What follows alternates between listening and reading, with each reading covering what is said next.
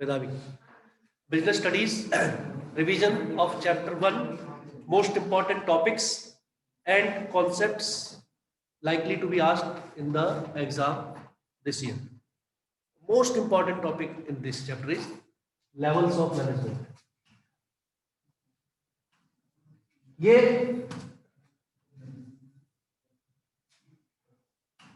आपको priority wise बता रहे हैं. प्रायोरिटी मीन्स चैप्टर में, इस चैप्टर में अगर कुछ नहीं पढ़ना, तुमने एक ही टॉपिक पढ़ना तो यही पढ़ो बस. इससे पहले कोई और चैप्टर टॉपिक पढ़ने की जरूरत नहीं है. सबसे पहले what are the 3 levels of management, top, middle and lower. Also different designations in those levels. Designation का मतलब समझते हो? पोस्ट्स. वो आपको केस स्टडी में पोस्ट दे सकते हैं. मेधावी's uncle is superintendent in a particular XYZ company.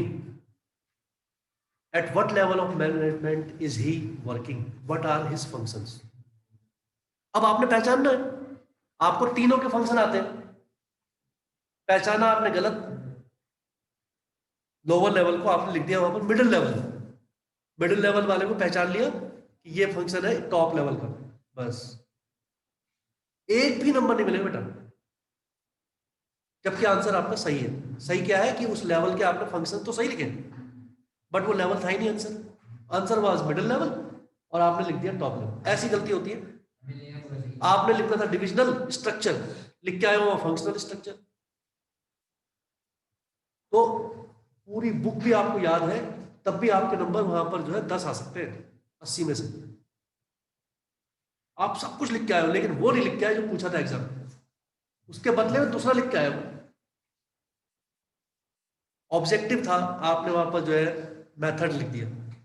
Time study था, आपने मोशन स्टडी लिख दिया. फॉर्मल था, आपने इनफॉर्मल लिख दिया. कितने सारे.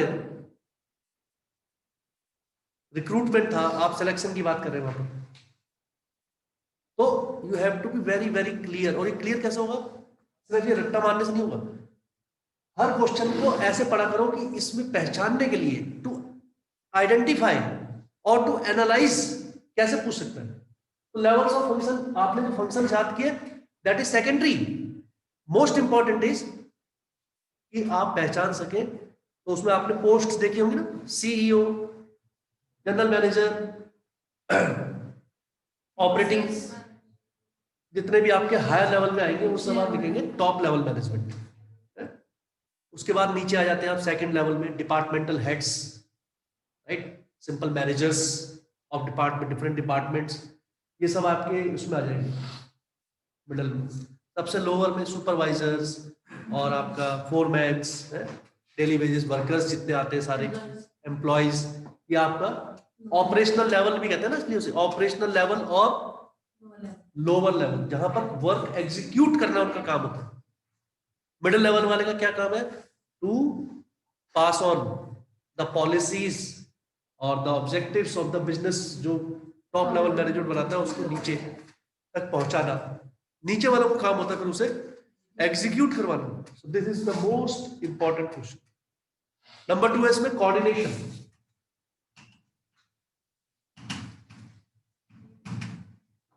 Coordination, both.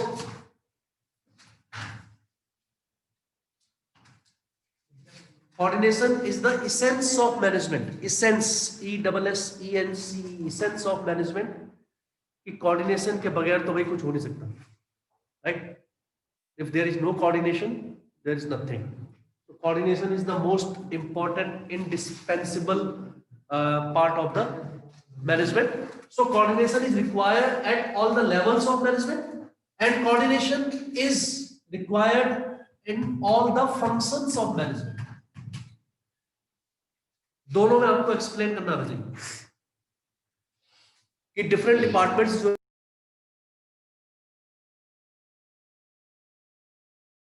each other, they are coordinating. Coordination is different from coordination is way different than cooperation. Way different than cooperation.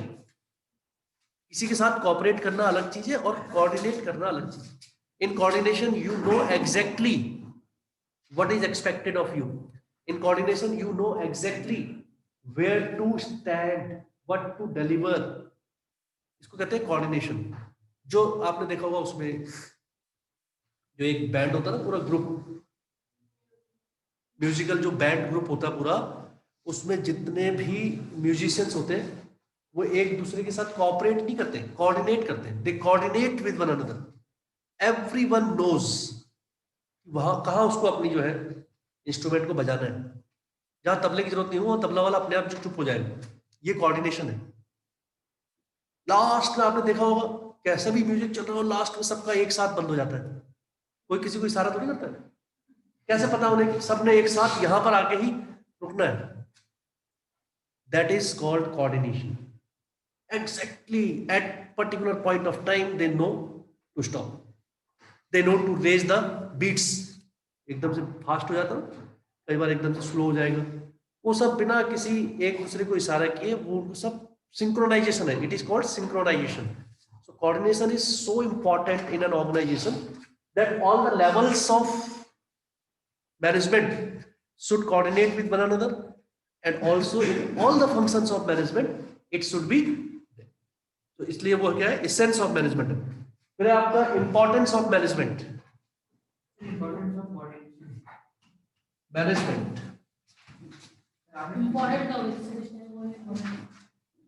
जो टॉपिक हम बता रहे हैं वो टॉपिक सारे ही पढ़ना है आपने. जब कोऑर्डिनेशन बोल दिया तो सारा कोऑर्डिनेशन. कोऑर्डिनेशन के फीचर भी पूछ सकते हैं आपसे. Features of coordination, importance of coordination. Coordination topic cover करना है, मतलब तो कुछ भी नहीं छोड़ना है. फिर आपको कोऑर्डिनेशन की एक ही चीज पूछेंगे ना एग्जाम में, तो आइदर इंपॉर्टेंस और फीचर और why it is an essence of management. Importance of management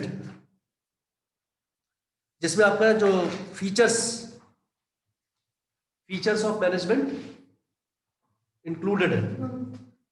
importance of management and features. Management is pervasive, right? Management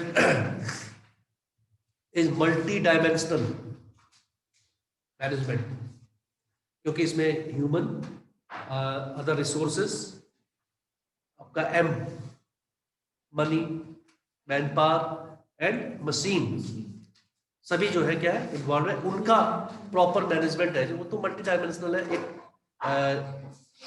works in a dynamic environment. Dynamic environment. It is an intangible force. Management is an intangible force. You see it? No, you only feel it. Everything is going on well. There is no confusion. There is no chaos. There is no habla tabdi here and there. Right? There is a proper atmosphere of working. It means management is working there. Good. लेकिन intangible है. It is only seen through working of the environment, the organization, employees. सबको अपने अपनी जगह के बारे में पता है. Everybody knows what to do. Everybody knows from where to take orders. Everybody knows who is my colleague, who is my superior, who is my subordinate, right? And who is my junior. तो सबको अपनी hierarchy उसकी पता है. सबको पता है कि उसका क्या काम है. All the principles of management are being followed. That gives rise to proper management. तो हम इसमें मैनेजमेंट के इंपॉर्टेंस के साथ उसके फीचर्स पे भी ध्यान रखना. कुछ फीचर्स के वो है ना, मैनेजमेंट इज, ये जो भी बताया, management is multi dimensional, management is pervasive. Pervasive का मतलब पता है, pervasive, present everywhere, universal. It is present everywhere. It is a continuous process. Continuous process means never, कभी भी कोई ये नहीं कह सकता कि we are managing nothing. Any time, all the time, the management is doing something or the other in the best interest of the organization and the employees. It is a continuous process. ऐसा नहीं कि ये सिर्फ Sunday को शाम 5 बजे से 6 बजे तक ही जो है होता है, बाकी टाइम नहीं होता है. all the functions of management, in fact all the functions of management are continuous process. ये क्या आपका इसमें, it is a group activity, it is a intangible force and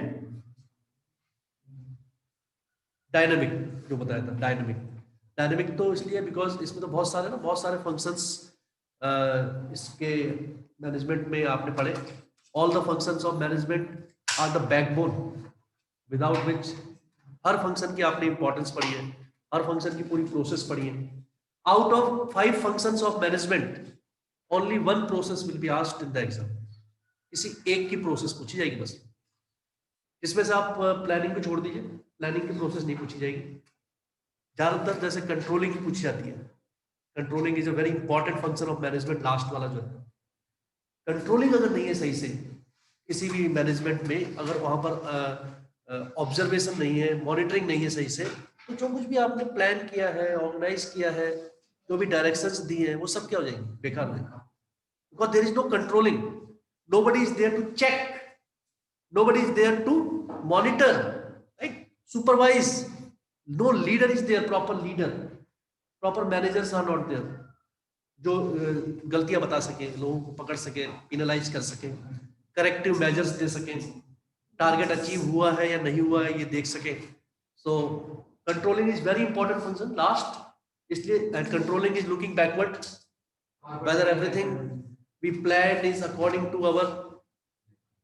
तो कंट्रोलिंग का जो है प्रोसेस बहुत बार पूछ लेते हैं, नोट कर लेना. Controlling process is very important.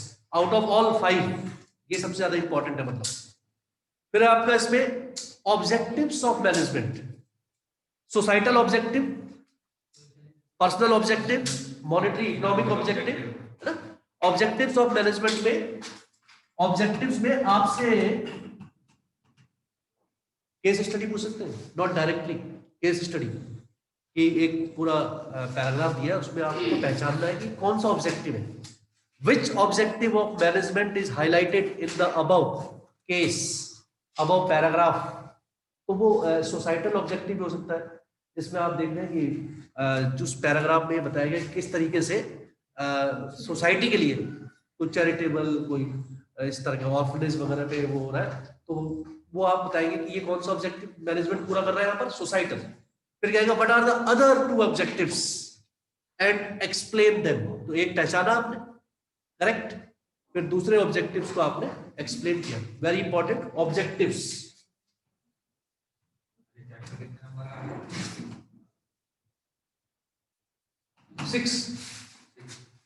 5, 6 maximum 7 marks.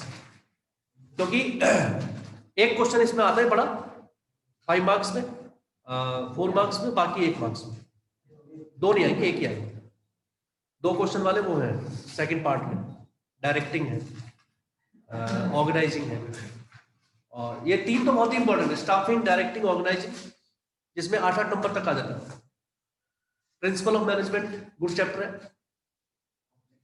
और उधर वो लास्ट के 3 चैप्टर, पार्ट बी में 3 chapter, financial management, financial market and marketing management. वो 3 चैप्टर जो है आप समझ लीजिए आपके लिए 25 से 30 ही समझिए, काफी कुछ आता है उसमें से.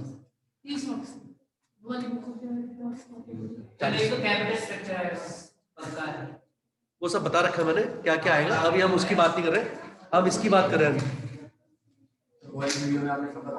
हाँ, मैनेजमेंट, हाँ लिखवा भी रखा है, उसकी फोटो भी भेज रखी है, और ओरल भी बता रखा है फ्रॉम विद एवरी चैप्टर कौन कौन से टॉपिक आपको पढ़ना. उसको आप बार बार देखिए.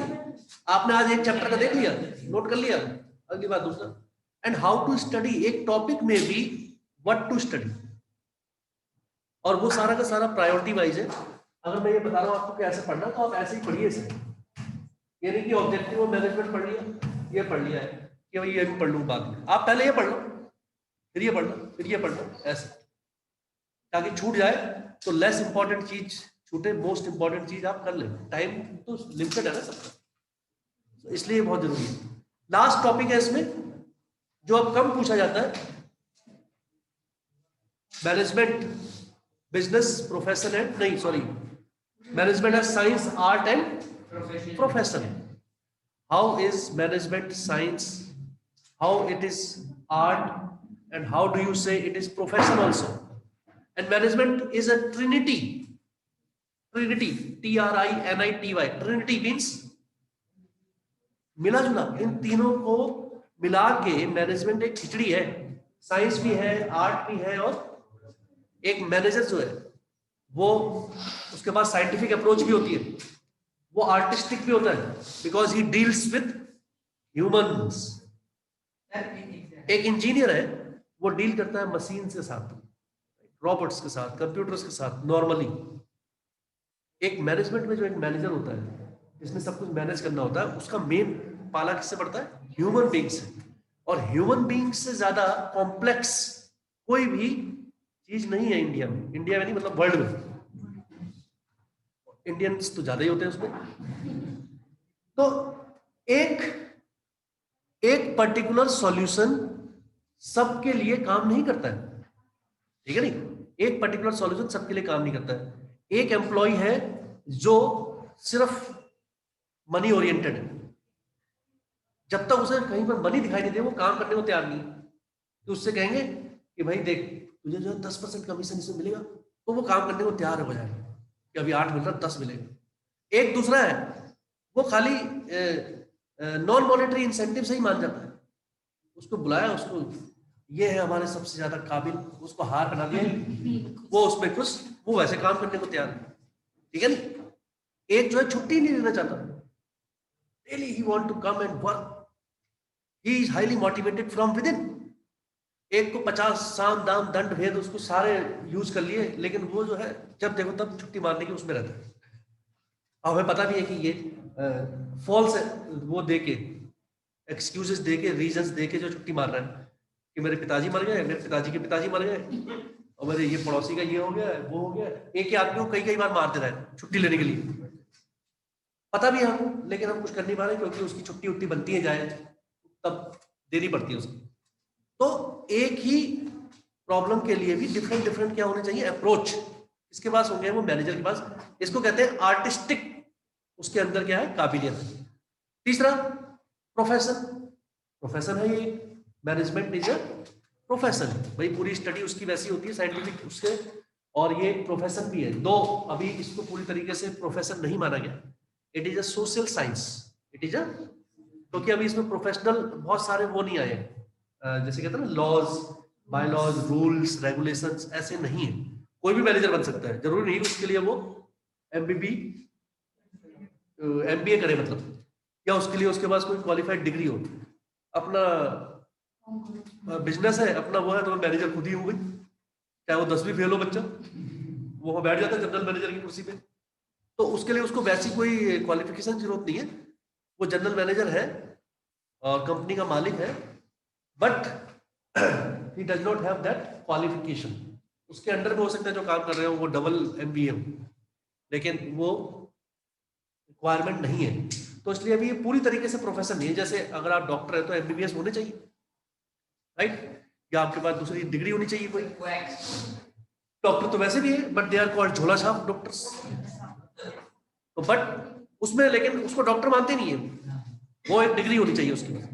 वैसे इंजीनियर है तो उसके पास उसकी डिग्री होनी चाहिए. So it is not a full fledged profession, but it is on the way of becoming a full fledged profession. Same way it is not a full fledged science, क्योंकि जब तक human beings का involvement रहेगा, आप कोई भी चीज scientific तरीके से सारी चीजें नहीं कर सकते उसको. मशीन तो है नहीं कि ह्यूमन बीइंग की ऑन ऑफ होगी वो, या उस पर सारी आप जो है वो लगा देंगे, साइंस लगा देंगे. हमें ये भी देखना पड़ता है पर्टिकुलर सिचुएशन में पर्टिकुलर ह्यूमन बीइंग कैसे रिस्पॉन्ड करता है. So we have to deal with him differently. तो ये एक वो भी है social science. It is not exact science, management is a social science. और प्रोफेशन, आर्ट और ये, इन तीनों का जिसमें सबसे ज्यादा कॉम्बिनेशन अच्छा बैठेगा वही सबसे अच्छा मैनेजर होगा. इसलिए कहते हैं ना all managers are leaders but all leaders are not managers. जितने भी मैनेजर हैं वो लीडर ही हैं, because they do things. Management का मतलब क्या है? Management is getting your work done by others anyhow. Manager कभी ये नहीं कह सकता। इसलिए कॉमर्स वालों का ये एटीट्यूड रहता है हमेशा, कुछ भी हो, कोई भी काम हो, कोई भी स्थिति हो, परिस्थिति हो, they will say I will manage. होगा तो नहीं वैसे, लेकिन आई विल मैनेज, या मेरे उससे रिलेटेड काम तो नहीं है बट आई विल मैनेज। मैं नहीं करूंगा, मैं करवा लूंगा किसी से, कुछ ना कुछ मतलब मैं कर लूंगा। इसके अलावा जितनी भी स्ट्रीम होती है वो अपने ही उसमें क्या होते हैं, स्पेशलिस्ट होते हैं, या वो अपने ही फील्ड के जानकार होते हैं, उनको बाकी फील्ड की जानकारी नहीं। तो फिर वो कहते हैं no this is not my work. एक इंजीनियर से अगर आप कोई कुछ अकाउंट की बात करेंगे जरा सी भी, तो वो क्या कह देगा, ये मेरा फील्ड नहीं। आप एक कॉमर्स वाले से कुछ कहिए साइंस की, हाँ 10वीं तक तो पढ़िए, आई विल डू समथिंग, ऐसा नहीं किया डोंट नो।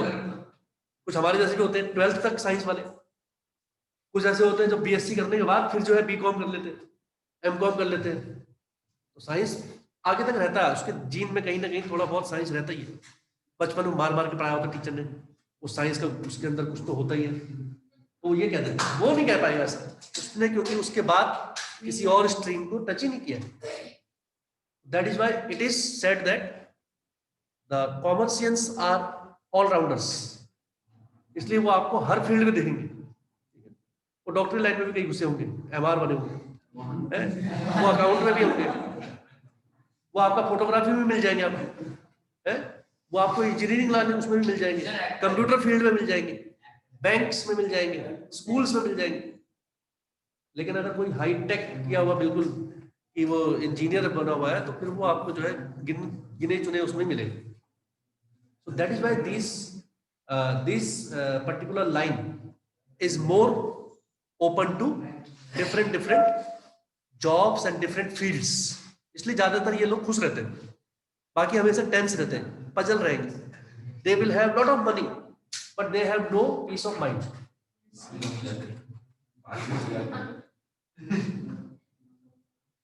और ये वाली लाइन के आपको ज्यादातर मिलेंगे बिल्कुल सेटिस्फाइड, कंटेंट, मस्त, जिनके बाद लोचने के बाद भी नहीं निकलते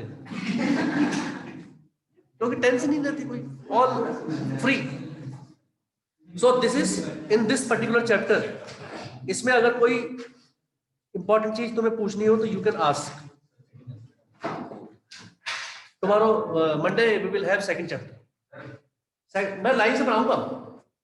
now I will teach all the chapters.